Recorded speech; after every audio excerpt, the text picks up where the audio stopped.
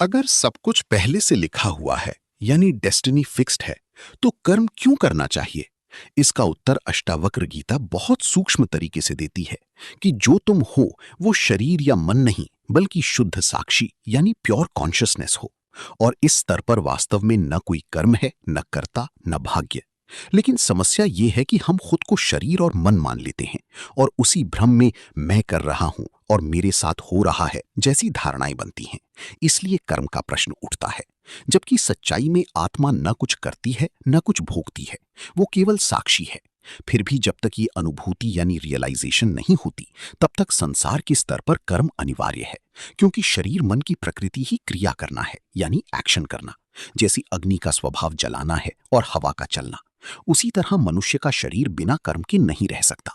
चाहे तुम कुछ करो या ना करो, सोचना भी एक कर्म है। इसलिए सब कुछ पहले से लिखा है, ये समझ भी एक मानसिक धारणा है, और ये भी तुम्हारे वर्तमान कर्म और संस्कारों का ही परिणाम है।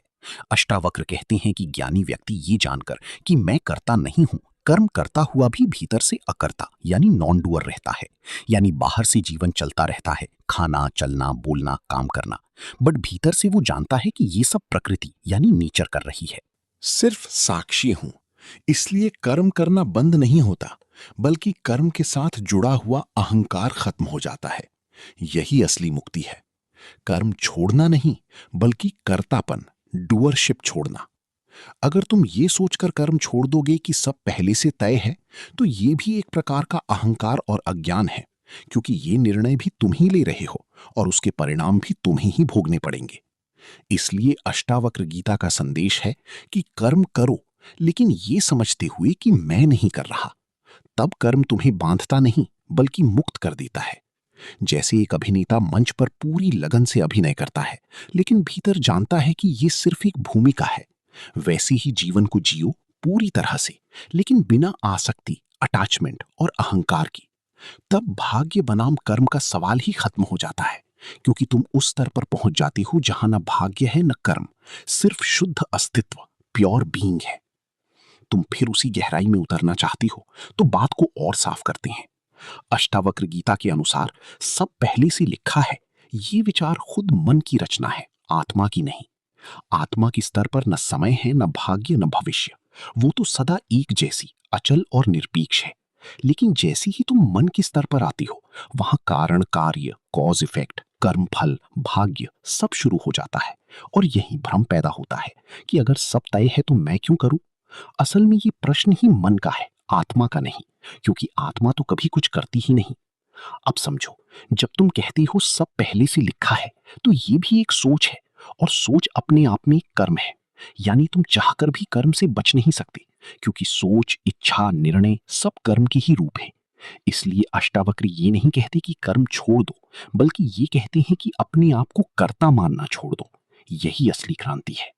जब तक तुम खुद को शरीर मन मानते हो, तब तक तुम्हारे लिए कर्म, धर्म, पाप, पुण्य सब सच है, और तुम्हें कर्म करना ही पड़ेगा, क्योंकि यही प्रकृति का नियम है। लेकिन जैसे ही तुम ये देख लेते हो कि मैं तो सिर्फ साक्षी हूं, उसी क्षण कर्म तुम्हें बांधना बंद कर देता है, क्योंकि बंधन हमेशा कर्तापन से आता है, कर्म से नहीं।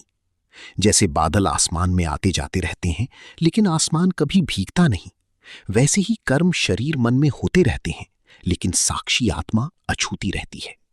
अब यहां एक और सूक्ष्म बात है। कई लोग इस ज्ञान को सुनकर आलसी बन जाते हैं और कहते हैं, जब मैं करता ही नहीं हूं तो कुछ करने की जरूरत क्या है। लेकिन ये समझ अधूरी है, क्योंकि ये बात सिर्फ अनुभूति, रियलाइजेशन की बात सच होती है, ना कि केवल सुन लेने से। जब तक ये ज्ञान तुम्हारी अनुभव में नहीं उतरा, तब तक कर्म से भागना तुम्हें और ज्यादा उलझा देगा।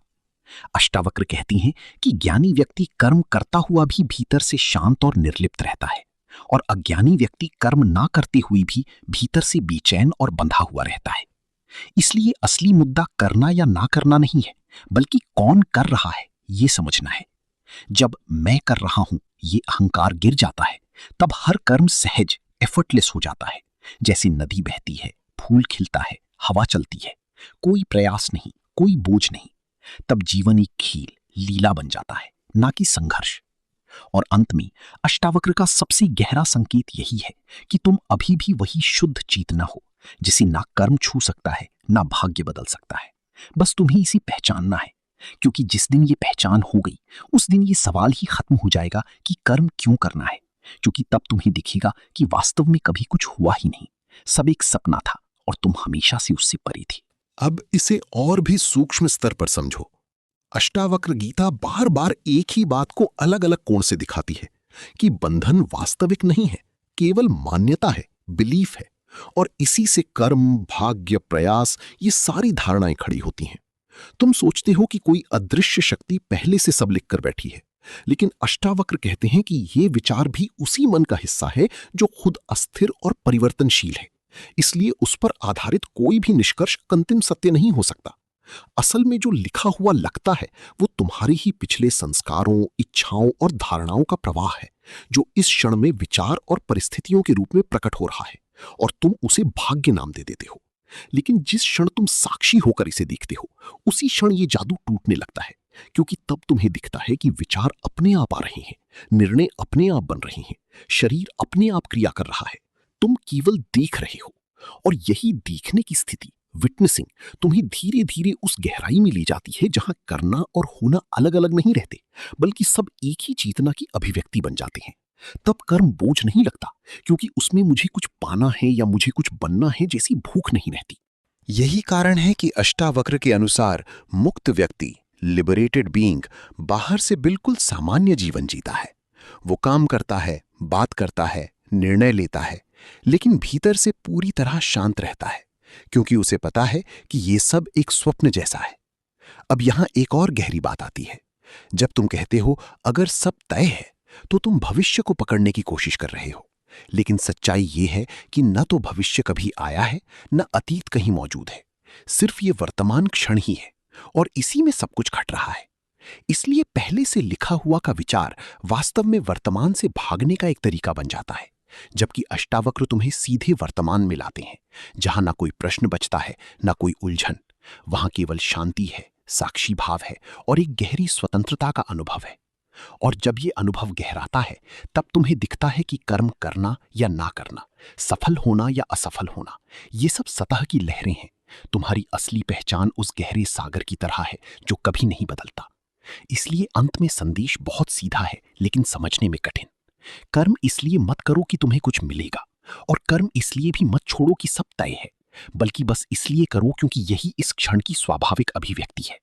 जब तुम इस सहजता में जीना सीख जाते हो, तब जीवन अपने आप एक ध्यान, मेडिटेशन बन जाता है, और तब भाग्य बनाम कर्म का सवाल हमेशा के लिए समाप्त हो जाता है, क्योंकि तब तुम जान लेते हो कि तुम ना भाग्य हो ना कर्म, तुम वो हो जिसमें ये सब घट रहा है।